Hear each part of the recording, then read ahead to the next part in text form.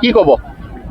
যেতিয়া কোনো প্ৰাৰ্থীয়ে জয় নিশ্চিত বুলি গম পায় যথেষ্ট আনন্দিত আৰু গৌৰৱান্বিত লগতে দায়িত্ববোধৰ কথা আৰু ইতিমধ্যে আপোনালোকে গম পাইছে যে এইবাৰ অসমত প্ৰায় আমাৰ মাননীয় মুখ্যমন্ত্ৰী কোৱাৰ ধৰণে 100 আৰু পশ্চিমবংগত 200 গতিকে আজিৰ দিনটো আমাৰ কাৰণে অতি উল্লেখযোগ্য দিন আৰু মই ভাবোঁ যে আমাৰ দল আৰু নেতাই যিধৰণে আমাক কাম কৰিবলৈ কয় সেইধৰণে কাম কৰিলে ৰাইজৰ মাজত থাকিলে আমাৰ জয় সুনিশ্চিত আৰু অহা দিনত আমি এনেদৰে কাম কৰিম।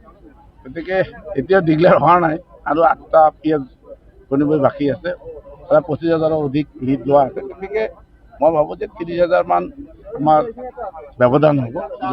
গতিকে আজি আমাৰ কাৰণে এটা উল্লেখযোগ্য দিন, খালি মোৰে নহয় গোটেই অসমবাসীৰ কাৰণে উল্লেখযোগ্য দিন, গোটেই ভাৰতবাসীৰ কাৰণে উল্লেখযোগ্য দিন এইকাৰণে যে পশ্চিমবংগত যি অৰাজকতা গণতন্ত্ৰ বিৰোধী চৰকাৰখন আছিল, কোনো ধৰণৰ আইন নাছিল, তাত গণতন্ত্ৰ প্ৰতিষ্ঠা হোৱাৰ দৰে কাৰণ যিধৰণে মানুহ ভোটদান কৰিছে মই ভাবোঁ এইটো আমাৰ গণতন্ত্ৰৰ কাৰণে উল্লেখযোগ্য দিন আৰু এইবাৰ পশ্চিমবংগত ভাৰতীয় জনতা পাৰ্টীৰ নেতৃত্বৰ চৰকাৰখন অহাৰ কাৰণে আমাৰ কাৰণে এটা যথেষ্ট উল্লেখযোগ্য দিন এইকাৰণে হ'ব উত্তৰ পূৰ্বাঞ্চলৰ কাৰণে যি শান্তিৰ পৰিৱেশ তাৰ লগে লগে বিকাশৰ পৰিৱেশ আৰম্ভ হ'ব। এই মুহূৰ্তত ইয়াৰ ফল আমি সমষ্টিবাসীক কি জনাব?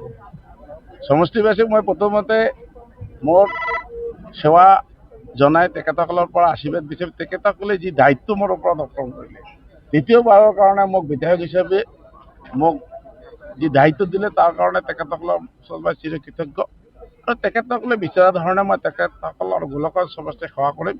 তাৰ লগে লগে ধুবুৰী জিলাৰ উন্নয়নৰ কাৰণে সকলোৰে পৰামৰ্শ লৈ আমি আগবাঢ়ি যাম বুলি মই ৰাইজক কথা দিছোঁ আৰু সকলোৰে সহযোগিতা বিচাৰিছোঁ এইকাৰণে কাৰণ ধুবুৰী জিলাখন আগবাঢ়ি লৈ যাব। ঠিক আছে।